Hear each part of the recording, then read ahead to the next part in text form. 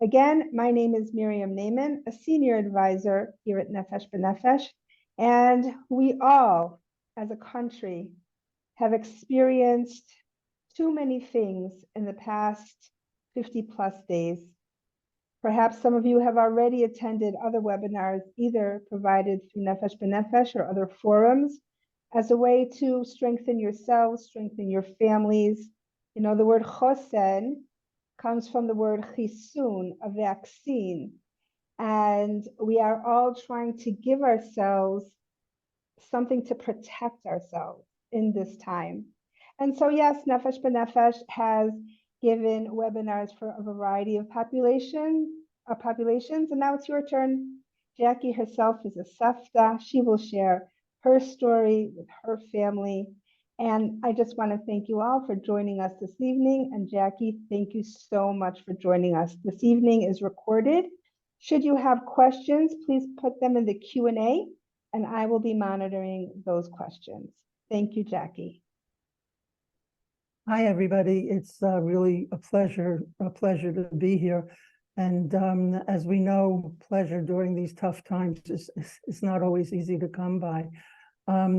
I'm Jackie Goldman. I have been living in Israel for 37 years. And since the second Intifada, I've been working in the field of Intifada, meaning the uprising of 2000 and 2001, 2, 3, et cetera, et cetera.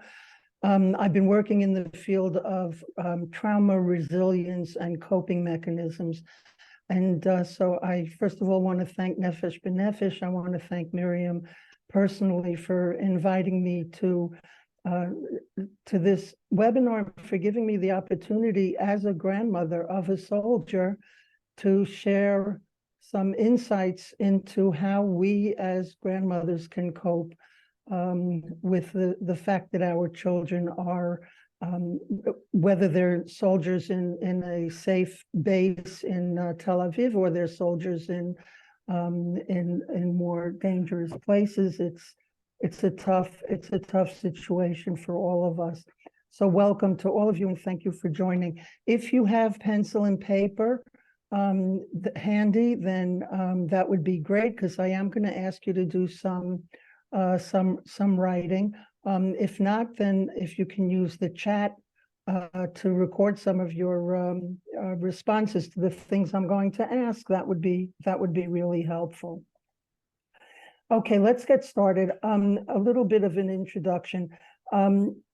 People might think that we're in the same boat, and when I say that, you know, I'm also a grandmother of soldiers, it doesn't mean we're in the same boat, and we probably aren't, because one of you might have a bunch of grandchildren in the Army in combat, and someone else might have one child in the Army in the general headquarters in Tel Aviv, and someone else might have someone who's in reserves and leaving a family behind while he or she goes to serve, while another one has an 18-year-old grandchild who's still in basic training. So we're not in the same boat, or let's say we're in the same boat, but we're all sitting in different places in that boat.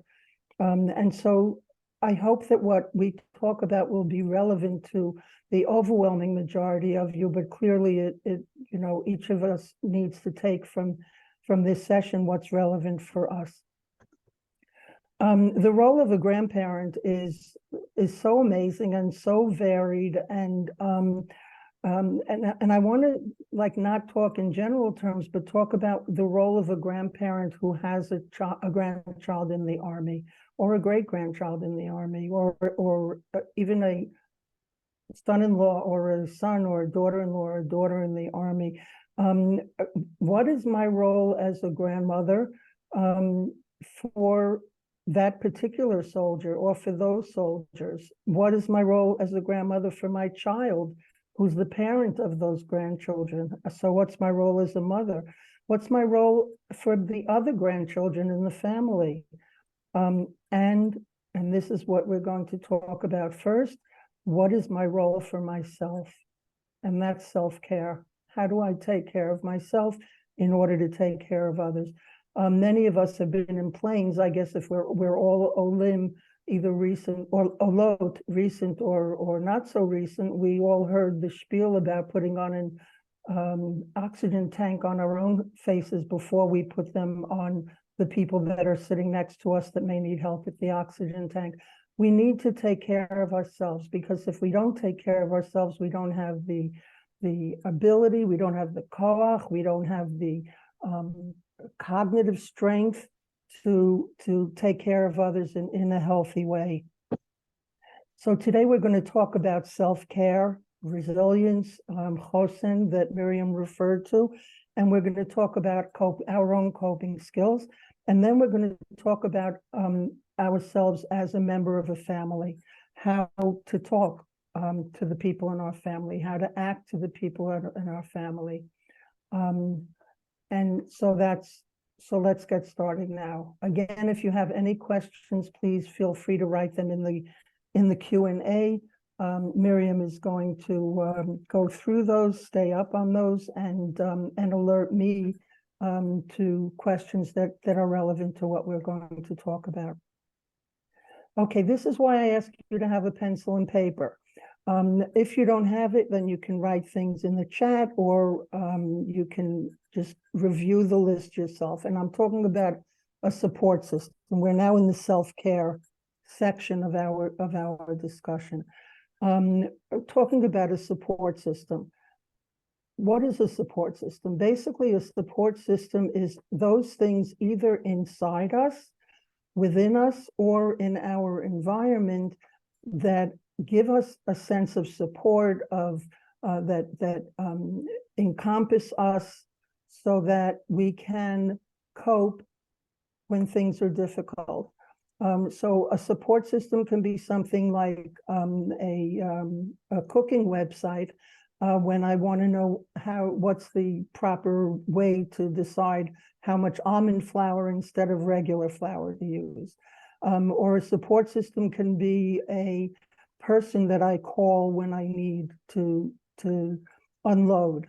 I'm not going to give any more examples, because I would like each of you to take 2 minutes to write down all the things that you find in your support system. It could be animal, vegetable, or mineral. It can be real or imagined. Whatever it is, things or people or beings that give you support in your regular life. I'm talking about in your regular life, not now, not during the war itself. So take a minute or two to write things down.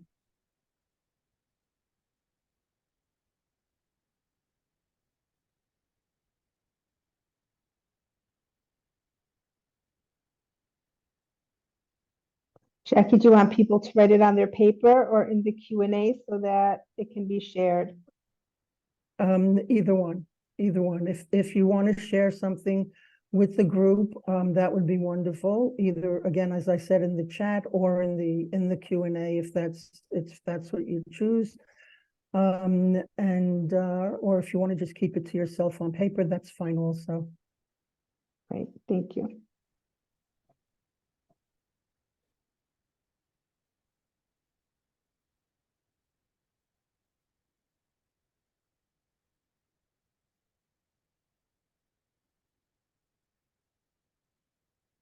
And Miriam, if things come up on the Q&A, if you would, I'll ask you to read them to us. Perfect. Okay, well, we have one. Thank you for sharing. Anybody else care to share?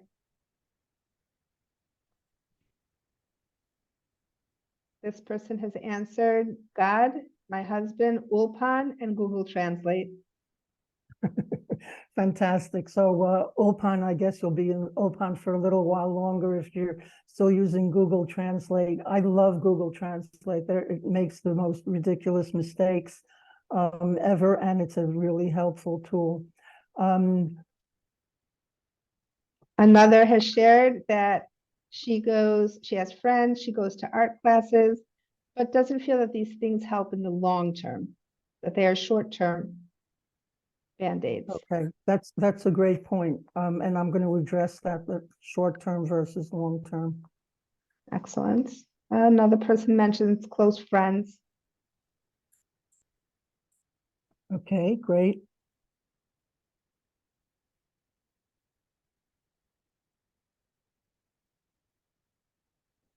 Somebody mentioned that when people ask her, "How are you today?" her usual response is "good enough." So I love that. I love that. It's such a hard question, and especially when it comes from people that I don't know how to say this in a gentle way, but by people who wouldn't have a clue, meaning people that are very nice colleagues from our original country that aren't really connected to Israel, and they say, I've seen the news and it's really hard. How are you doing? And how we're doing is so different from anything that they can imagine. I would love a list of funny responses that you give to people when they say, "How are you doing?" And perhaps some that are helpful, that are beneficial, and allow us not to have to talk about things that are just too hard to deal with. So I'm seeing wonderful things in Q&A and in chat. And I'm gonna give you a very brief psychology lesson right now. There's a guy named Muli Lahad who lives up north. He's a professional, a social worker and a psychologist, and he's one of the most amazing people in the field of coping and resilience. And he talks about the fact that we have 6 different ways of coping. And I'm going to put in the chat Muli Lahad's name, and you can Google him if you want to. So we have 6 different ways of coping. One of them is a belief system, and that can be a belief in God, or it can be a belief in any higher power, or it can be a belief that if I water my plants and I have them in the right place in the garden, that they're going to grow. So that's a belief system. Another one is affect, emotion. It could be crying, it could be laughing, it could be any one of those, of many things. And another one is belief system, affect, the social. And a lot of you have written about talking with friends, and talking with a spouse or another loved one or a therapist. Another one is imagination. And I know that for me, it's really helpful to imagine my soldier grandchild who's, I mean, right now he's out of there for the day, but he's been in there for much too long. And I imagine him at the Shabbat table, in regular clothes and not in his uniform. And that's really helpful for me. Another is cognition, is thinking different ways that I can cope with what's going on. So Google Translate would be one of them. The Ulpan is a wonderful tool, a cognitive tool. And pH is physical, and that's a major thing. So I'm also going to ask you in a little while to think about what physical things you do in order to help yourself cope. And remember, again, we're talking about during regular times. We're not talking about during the war when we say this. So coping skills. Okay, you all wrote, I'm sorry, support system. You all wrote either on Q&A or in the chat, you wrote things about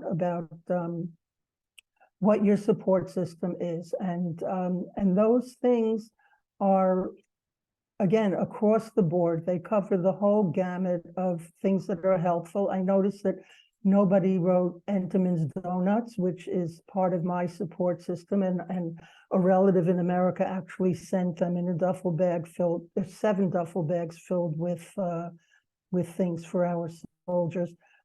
Sent me a box of Entenmann's Donuts. But the support system helps us cope. It helps us be able to get up in the morning, and yeah, keeping busy is wonderful, because we have distractions that don't take us out of the situation that we're in, but they allow us to take a break from the situation that we're in. Meditation, mindfulness, excellent. A wife, and I see it's a guy's name. Miriam, I didn't know we were letting men into the grandmother's thing, but I guess it's politically correct to do so. Yeah, so there are so many things in our support system, but I want you to look now at your list and ask yourself, is there something that I wrote here that's in a support system that's not part of my support system right now? Just look at your list and see, did I write something that is generally really helpful for me from other people or from inside my own resources or from God? Is there anything that is not helpful for me right now that usually is? As people are considering sharing that, it was brought to my attention that we have participants not only from Israel, but from abroad as well. Wow. And Welcome. Welcome to this piece of Israel. so how they are managing in some ways might even be different than all of us who are already living here. For sure, for sure. It could be that distance is helpful, and it could be, and I'm guessing as a grandmother that for many grandparents, distance makes it all the more difficult. Yes. So I want to share with you an example of a part of my own personal support system that I don't have now. And that's that I have, Baruch Hashem, thank God I have 4 amazing kids, but the mother of the child who's in combat, most of my other grandchildren that are in the Army are in non-combat roles, which doesn't mean they're so safe, but it doesn't mean that they're at risk. My 4 kids are a tremendous support system for me, but the daughter whose son is in combat, I can't cry to her. I can't pour out how I'm feeling about her son being in combat. Wow, I have tears in my eyes because it may be too much for her, and I need to be focused on what her needs are rather than on what my needs are from her. It could be that somebody is feeling, let's say, 1 second, sorry, that somebody is feeling that not so close to friends who don't understand what's going on, or to friends whose political views are different from theirs. And so you may not feel the kind of support from those people that you generally do.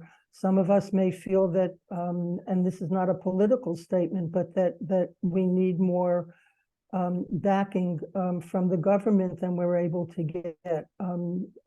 There are so many factors that impact on what our support system is. And some of us may have found support from people or places or things that they never thought would be supportive to them. I have a friend who's spending all her time in making sandwiches in Aroma in Ramat Beit Shemesh, and finding that it's giving her a sense of purpose, and it's giving her a feeling of being part of what's going on, rather than being an observer, because she doesn't have any children directly in the Army. And so we all have to grapple with what we don't have anymore as a support system, and hopefully we will in the future. And we all, I guess we should be grateful for the new things in our support system, and perhaps not give up on those things afterward. We talked a little bit about coping mechanisms, and I want to spend a little bit of time on that, and then we're going to move on to talking about our actual roles as grandparents of soldiers. Miriam, do we have any questions that need to be addressed now? No, somebody mentioned that she was spending too much time on Facebook. Oh, get in line. But there's a wonderful site on Facebook that has cartoons. Take a break and watch cartoons. Take a break. That reminds me, do not, grandmothers, bubbies, grandfathers, zadies, papas, nanas, do not spend all your time watching the news. Stay away from the news and watch silly things on Facebook. Don't even inundate yourselves with Facebook pictures of, thank God, the hostages that are coming home. Give yourselves a break, because your body doesn't know when you're watching the news that what your mind does, that you've seen the same thing over and over and over again. Your body sees a missile flying, or your body sees a clip from battle, and it reacts as if it's the first time it's seeing it, and it goes into fight or flight mode. So please try to protect yourselves. So many people that I've talked to say, but I feel guilty, like the families of the hostages are talking, or the pictures of the children that are in Gaza, our children that are in Gaza, or the Palestinian innocent children that are in Gaza. I look at those, and how can I turn off the news like I'm betraying them? And what I try to encourage people to do is, instead of watching that on the news, take on something that can make the world a better place. And that will be and do it in the honor of those children and of those soldiers. But back to what we're talking about. Okay, this is sort of similar to what we did with the support system, but now I want to talk about it in terms of coping mechanisms. What do you do? Think of one thing that you do for yourself when you have, and this is pre-war, one thing that you do for yourself that helps you relax, that helps get rid of tension that you might be feeling. And if you can put it on Q&A, that would be wonderful. One thing that you do that helps you relax, or helps you feel better, or gives you a break. While people are writing, Jackie, I have to share that one woman wrote that she gave herself a party for her 92nd birthday because life must go on, and that includes celebrations of life. Wow. First of all, Mazel Tov. May your 92nd birthday, well, you know what? I hope your 100th birthday outshines your 92nd birthday. That's amazing. That's amazing. We have to give ourselves parties. We have to take breaks from the tough times and celebrate the good times. Do you see what people are sharing in the Q&A? Yes. Perfect. Okay. Paper cutting. Oh, Grace. I know you, Grace. Hi, Grace. Paper cutting is amazing. Okay, Grace, that's a physical thing. It's a cognitive thing. You need to know what you're doing. You use your body to do the paper cutting. I imagine that you imagine what it's going to look like afterward as you're doing it. That's fantastic. Yoga and swimming, fabulous. Again, that's physical. That's the last one of the coping mechanisms that I mentioned. Fantastic. Praying outside in the sun. Tamara, you're combining two such important things. One of them is prayer. If we believe in a higher power, if we believe in God, prayer is a tremendous, it's a tool and it's a weapon. And being out in the sun it's physical, it's refreshing, it's invigorating, and sun is a sign of hopefulness, right? There's a midrash, a parable talking about Adam, when it got dark on Friday night, his first night in the world, he thought that was it. It's the end of the world. And then the next morning, he woke up thinking that he was going to die, and he woke up. I don't know how he did that if they didn't know what death was, but the parable says he woke up in the morning and the sun was there, and he saw that there's life. And so, thank you for telling us about the sun in addition to the prayer. Art class is fabulous. Devora, when I feel up to them, sometimes we got to do what we don't feel up to doing. You know, I have to do physio. I had a hip replacement, thank God, a good one. And I have to do the physio and I'm not doing it enough. And sometimes we got to do what we got to do, whether we want to or not. And it's, and once we start doing it, we enjoy it. So I would love for you to just make a commitment to go once to the art, even when you don't feel like doing it. Play golf with friends is fabulous. That's the physical and that's the social. So enjoy that. Irv. Taking walks every day, being outdoors, fantastic. Swimming, wonderful. Wine, okay, wine is great. And it makes me think of the fact that sometimes we need to think about where we're doing what we're doing and how much of it we're doing. And so the wine is fantastic. I don't suggest doing it while you're driving in the car.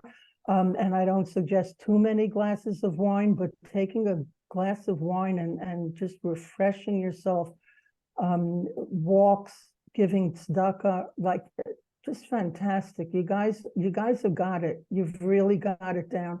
And for those of you who haven't been able to think of different things to do, look at these lists. Look at these lists and see how helpful they are. In the chat, we see baking cookies for grandchildren. Save that. Helene, save that because we're going to get to the section of grandchildren soon, and that's a major one. Joe, seeing our great-grandson here and pictures of our great-grandson in Israel. So first of all, welcome here. I have two great-grandchildren in America. So that's the reverse. And yeah, when I get pictures of them or when I video with the almost 2-year-old, it gives me the greatest joy. And it doesn't balance, it's not instead of, but it's so refreshing. Jewish meditation's wonderful. Meditation is, it can be a form of prayer, it can be a form of physical relaxation. It's just amazing. I'm too old to learn yoga, but I have kids and grandchildren that do yoga, and I recommend it so highly. Guys, you're incredible. You have all these coping mechanisms that are helping you. And for those of you who feel like you don't have coping mechanisms, you probably do. And why do I say that? Because you went on the Nefesh B'Nefesh website and you saw this option of joining a webinar, and you registered and you came on. And that shows that you have coping mechanisms, you have skills, and you need to give yourselves credit for what you can do, and try not to give yourselves too much blame for what you can't do, but look for other options in order to balance that. And Gittel, you're writing, volunteering is fantastic. You know, there's a word in the Bible, in Hebrew it's vinatnu, and they gave.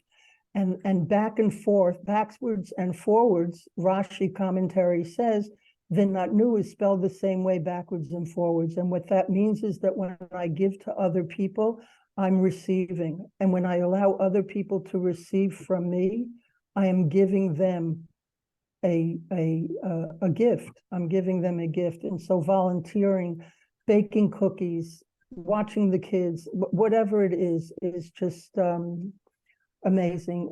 Giving me that heart that somebody just sent on the screen. Thank you. Thank you so much for giving that to me, and I give one back to you. Okay, now what are some things that you do in regular life that you cannot do now? I'm just thinking that if I were a swimmer, I think I would be nervous about going swimming, not now when there are no sirens, but when there are a lot of sirens. I think I would worry, should I go swimming or shouldn't I go swimming? Will I get to a safe room quickly enough? That's because I'm not so fast on my feet. But somebody who is, that's a fantastic thing. I worked many years ago in Sderot when the bombings first started. when the missiles first started falling, and people would talk about the fact that walking was something that was so helpful to them. And one of them said that she can't do it because she has young children. In those days, there were no safe rooms, and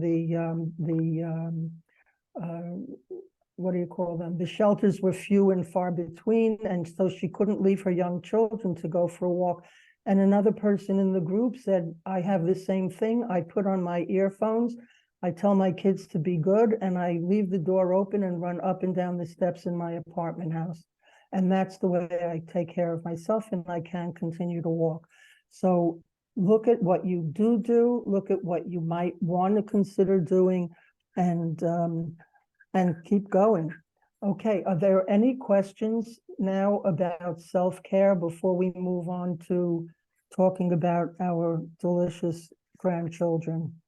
No, we're good. Okay. Okay, how do we take care of our grandchildren? All right, I'm gonna ask this for my own personal self, thinking about all of the different grandchildren that I have in my life, because when I have, if any of us has one soldier, we may have other grandchildren also that are of concern to us, that are in Israel or in America or wherever it is outside of Israel, who are concerned about anti-Semitism, who are concerned about their relatives that are in Israel. So we have a lot of grandchildren that we need to worry about. So I can look at one grandchild who's, thank God, today, tonight, and tomorrow not deep in, and I can look at another one whose work is in Tel Aviv, and I can look at another one whose work is driving around to different bases in the country, or some of the other grandchildren, and each one of them has different needs, has a different personality, and thank God we have great relationships, but each relationship is very different. And so I want to try to figure out how I can help those kids, how I can be of help to my children who are the parents of those children, how I can be helpful to myself when I have this fear and concern and pride in my grandchildren. So, you know, there's in the Talmud, it talks about the fact that, and for the guys here, this is really supposed to be for women, so you may not really identify with this, but the Talmud talks about that sometimes a cow needs to feed her calf more than the calf wants to drink from the cow, right? And sometimes that's us. Like, we're grandmothers or grandfathers, you can come back in the picture now. We're grandparents who want to give everything to our grandchildren, but for whatever the reason is, we can't. Like tomorrow, my daughter is going to visit my grandson on the base that they brought the Chayalim to for the day, and I cannot go. It needs to be a time for his mother, his father, and his siblings, and nobody else. And I just, okay, I'm going to cry and then I'm going to stop crying. I need to hug him, but I can't hug him. So what can I do if I cannot, if I'm the cow that needs to give to the calf, and stop laughing at me when I say that, then what can I do? So I can look at the Serenity Prayer that I'm not an alcoholic. I am sort of overweight, and there was a time that I was in Overeaters Anonymous, and we would do the Serenity Prayer, and I'll refresh your minds for those of you who don't remember it or haven't heard it. It's a prayer that was written for Alcoholics Anonymous, and it starts with, give me the strength to change what I can change. And if you have paper and pencil, write this down for yourselves, because I think it's a tremendous tool. Give me the strength to change what I can change, the serenity to accept what I cannot change, and the wisdom to know the difference. The wisdom to know the difference. Ladies and gentlemen, we can't pull our kids out of Gaza. We can't pull all the hostages back into Israel. We can't do that.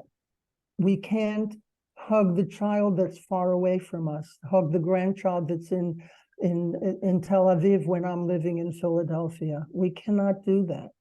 But there are things that we can do, and that's what I think we need to focus on. I can't go visit my grandson. His name is Gilad. I can't go visit Gilad, but I've been sending him WhatsApps ever since he wrote to me that he's out. And they're funny WhatsApps, and they're not davening WhatsApps because he knows I'm davening for him. So that's what I can do. One of you wrote that you bake cookies for your other grandchildren. Maybe if there is a visiting day, you can bake cookies or put cookies in the freezer for when you're going to see the child. So basically what I'm saying is that I want us each to think about what we can give to the grandchild that we're thinking of, or grandchildren, what we're thinking of, and what we are not able to give them right now. So take a minute to think about that, and suggestions, particularly if they're coming from a grandparent who has grandchildren in combat, or in stressful positions in intelligence or whatever it is, please put them on Q&A, because that would be so helpful for the rest of us. So take a minute or two to think about what I can do for my grandchild, not the rest of the family, just for the chayal or chayalet.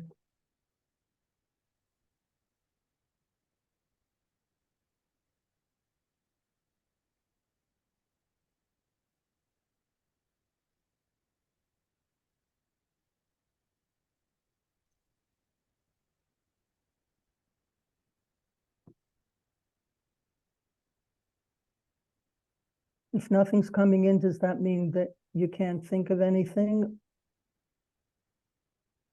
Nothing's coming in. Wow. Perhaps So some suggestions you can give.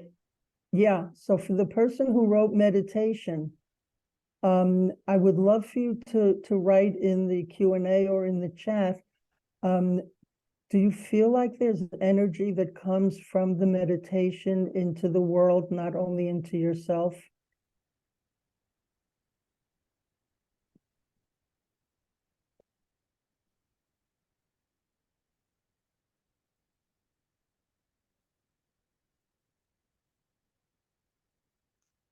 Do you see what someone has written in the chat? Yeah. Does everybody see the chat?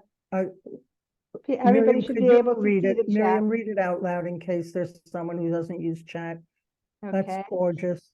Somebody wrote that they have a 26-year-old granddaughter in Israel who had a problem going to school because the soldiers are fighting. I told her if she doesn't go to school, then Hamas wins for taking your spirit away, she told her granddaughter. I told her her job was going to school and daven, the same way as we have to do what we have to do. She said she never thought of it that way. I'm assuming that was just a typo. She never thought of it that way. And she thanked her. Another person wrote, give emotional support to their spouse or significant other. Another person wrote, I WhatsApp their grandson every week with positive messages and nice things to look forward to. Thank you so much to all of you. That's just absolutely fantastic, because what you're doing in what you did in the first Helene, in what you wrote, is you're strengthening your grandchild's emunah. You're strengthening her faith. You're giving her permission to do what she probably wants to do in some part of herself. She doesn't want to sit and cry all the time over the soldiers. She wants to be with friends. She wants to be, and she needs to be, in a healthy environment. And you're giving her really positive reasons to be able to do that. And that's fabulous. For those of us who have young grandchildren, if I can just make a point about the prayer, something that Racheli Frankel talked about when her son was kidnapped and unfortunately killed by Hamas. When we encourage children to pray or to recite the Psalms, to say Tehillim, it's really important for us not to say, daven for your so-and-so, and then everything will be fine. because if we do say that and everything is, God forbid, not fine, then we're placing doubt in that child's mind, like, hey, I davened, why didn't things come out the way I wanted them to? So Helene, that's absolutely fabulous. Giving emotional support to their spouse or significant other, that's huge. That is huge. And we're going to talk about how we can help the other grandchildren in the family. That's fantastic. WhatsApping every week. Do it a little more often.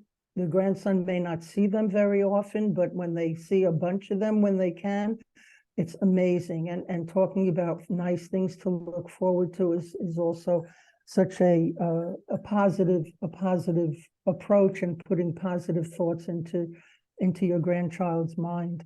That's fantastic.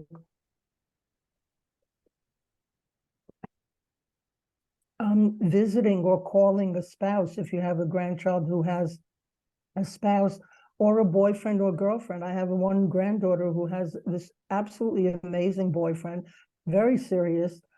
Who knows what will be, whatever. I'm not giving it an evil eye or anything like that, but I wouldn't mind if more comes from it. Thank God she's not listening when I say this. And he's in a really elite unit, and he's doing amazing things. And I've begun to write to him.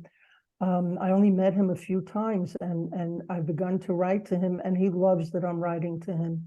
So reach out to soldiers, adopt other grandchildren, right? You may have a neighbor who has a grandchild, and you know the kid, send him or her a WhatsApp as well.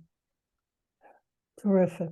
Okay, so there are a lot of other things that we can do, but we need to each think of what's appropriate for our own family. Because if I tell you that this works with my kids, and by the way, every grandchild is so different, it doesn't mean that it's going to work for your grandchild in based on your relationship. But you know what? Take risks. If you're a person who doesn't usually say I love you, write I love you in the WhatsApp. If you're a person who is usually giving strong, excellent, but strong advice, maybe back off and say, I trust you to be doing exactly what you need to do, and I'm so proud of you. Try taking different options in ways of relating to your grandchild. Okay, there's a wonderful thing on chat if you want to look at that from Helene. Thank you so much, Helene. Okay, now now we're talking about what you want to give to your soldier, and it's love, and it's cushions, and it's cookies, and it's hugs, and it's a ticket home right now. And then we have to think about the Serenity Prayer and think about what we can do now, and what we and which of those things are not possible to do now. But again, if you feel like you really want to give bake cookies for your grandchild who's far away, bake them and put them in the freezer. And for our male participants, you can bake cookies also. Okay, what can you give your other grandchildren? And now please put this in the Q's and A's or in the chat. What can you give to your other grandchildren?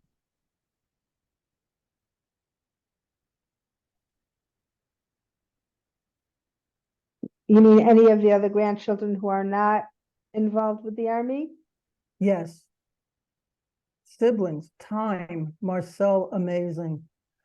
Time. If you're in Israel, if you're not in Israel, give them of your time. Call them, visit if you can, play Rummy Cube with them, do homework with them.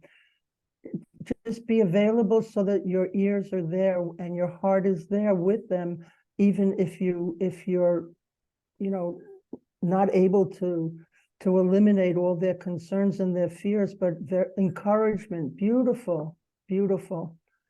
Guys, it's so important. It is just so important.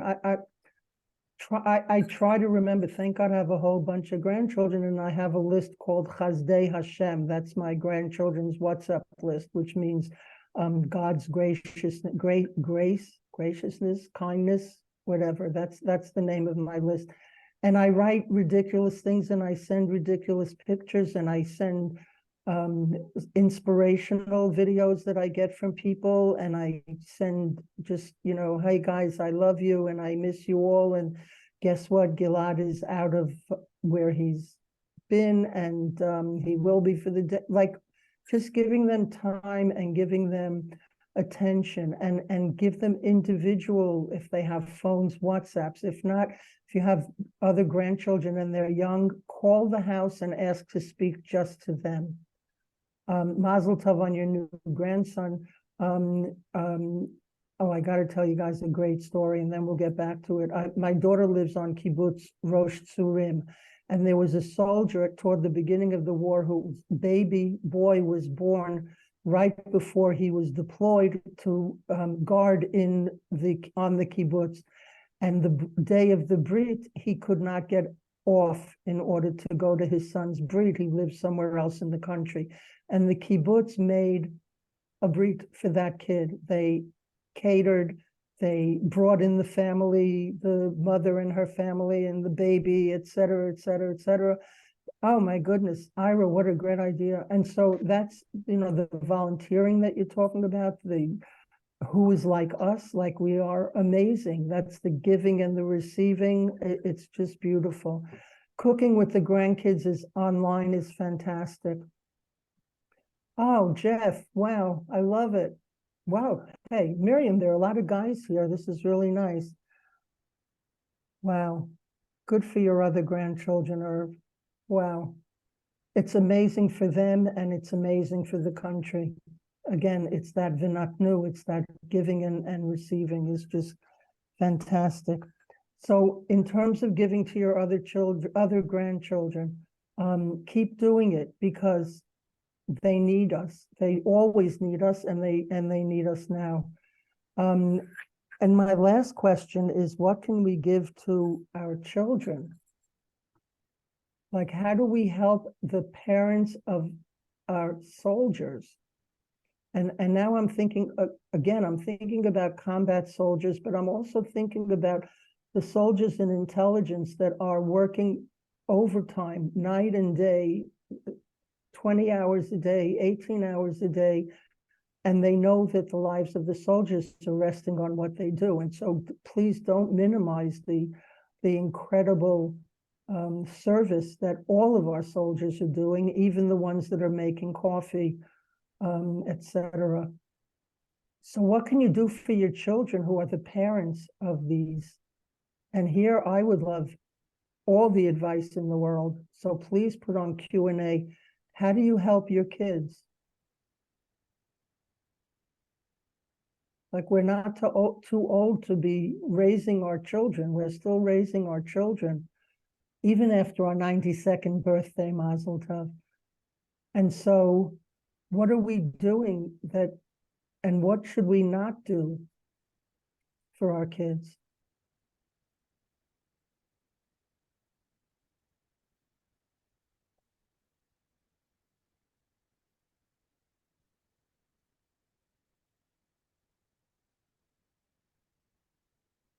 Sending money, wow, fabulous, fabulous, Irv.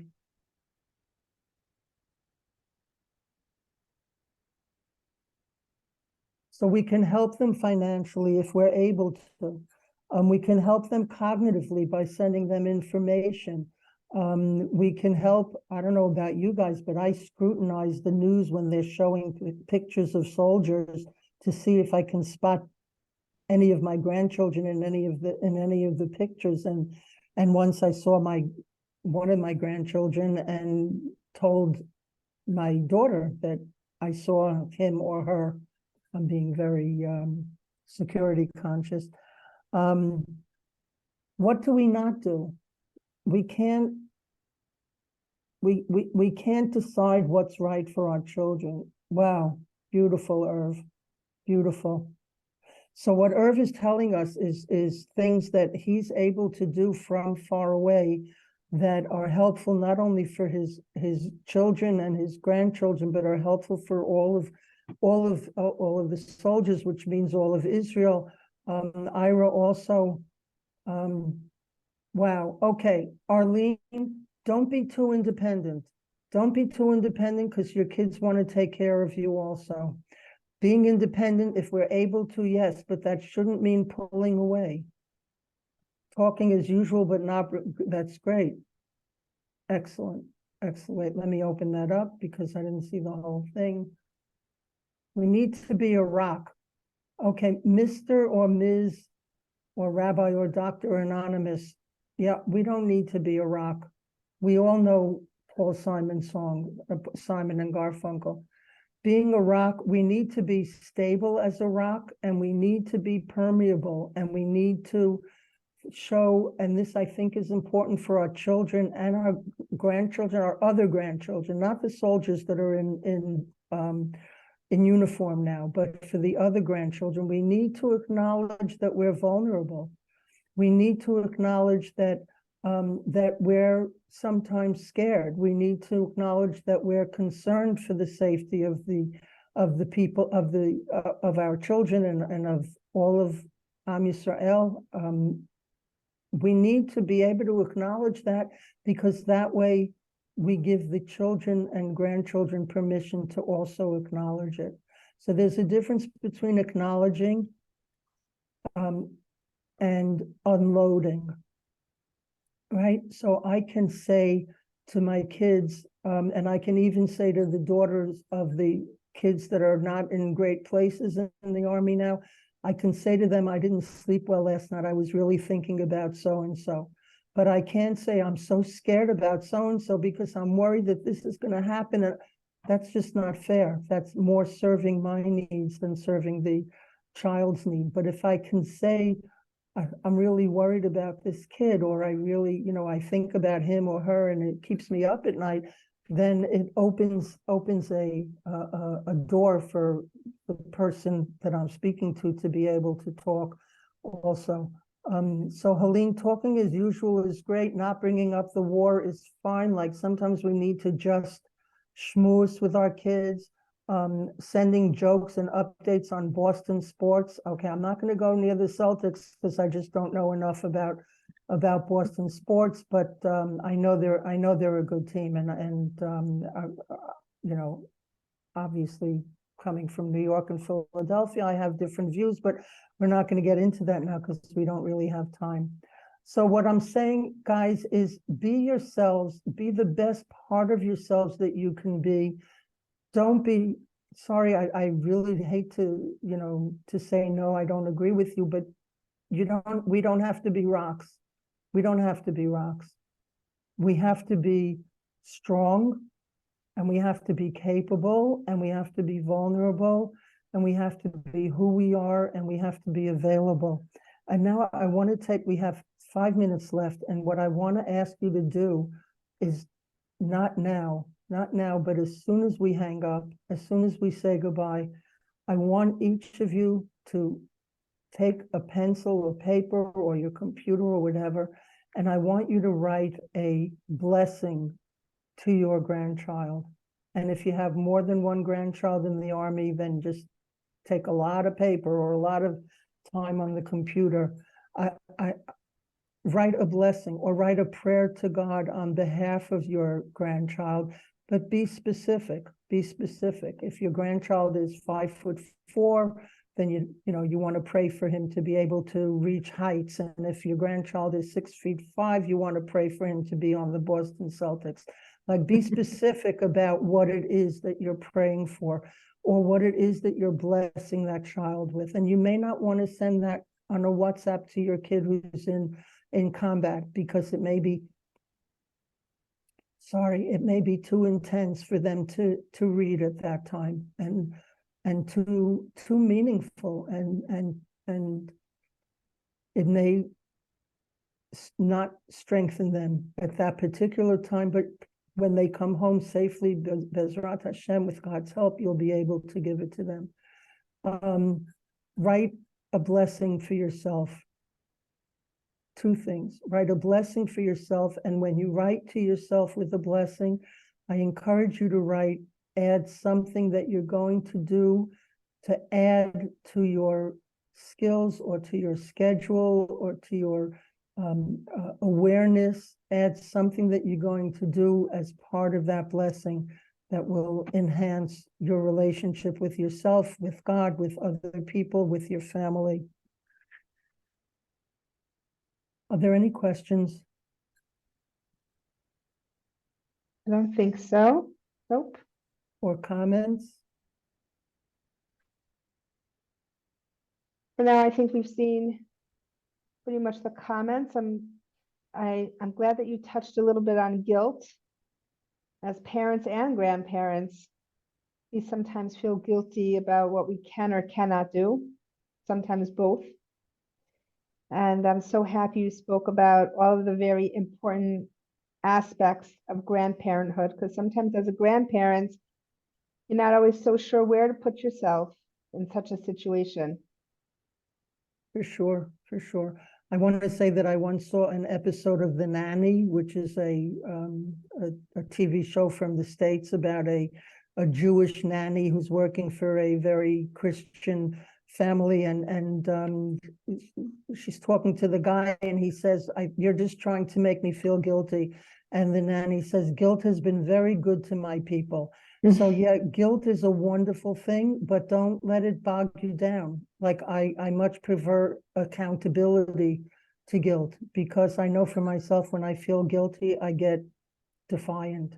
Like, oh, I shouldn't be eating this. Well, I'm going to eat 4 more of them.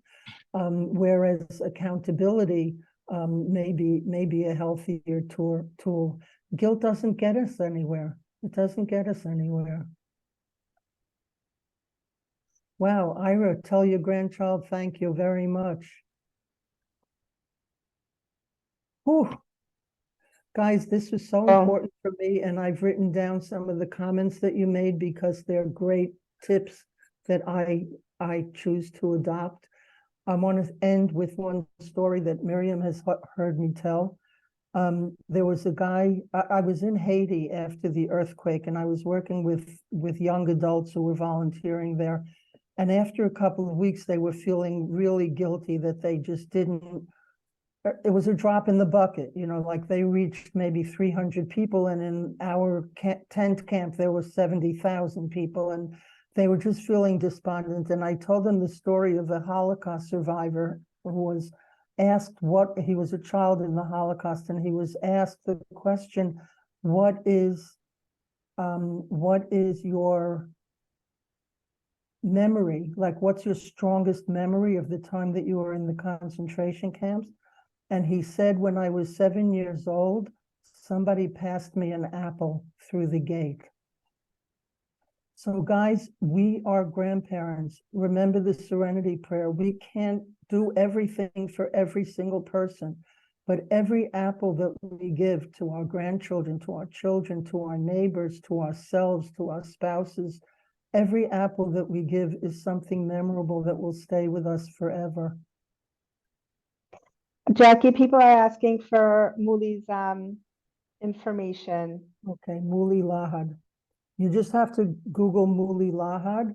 In Hebrew, you can Google Mash'abim. 1 second, I'll put it. Do you want to put it in the Q&A? Yeah, I'm putting it on chat. Mash'abim. Okay, great. And And I guys, think look up his 6 coping mechanisms. It's called basic pH in English. I think it's important for one of our listeners just to clarify what they meant is what about being a rock, more that their children should feel that they have someone to turn to as that listening ear, or their children in the role of grandparent. I think they just wanted to clarify that. Okay, that's great. And if that's what you meant, then I agree completely. Because what I hear you saying now as you explain that is that you're you're demonstrating stability and ability to hold somebody up. We can stand on a rock, and your grandchildren can stand on you. They can depend on you. So that's great. That's absolutely great. I'm sending my email address if anybody wants to be in touch with me. Thank you, I Jackie. would be honored. Amazing.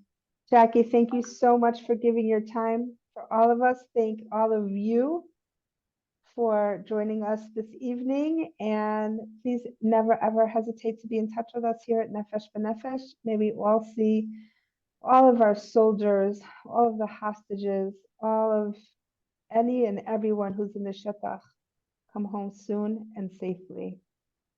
Have a safe night. Kol Tuv. Bye-bye.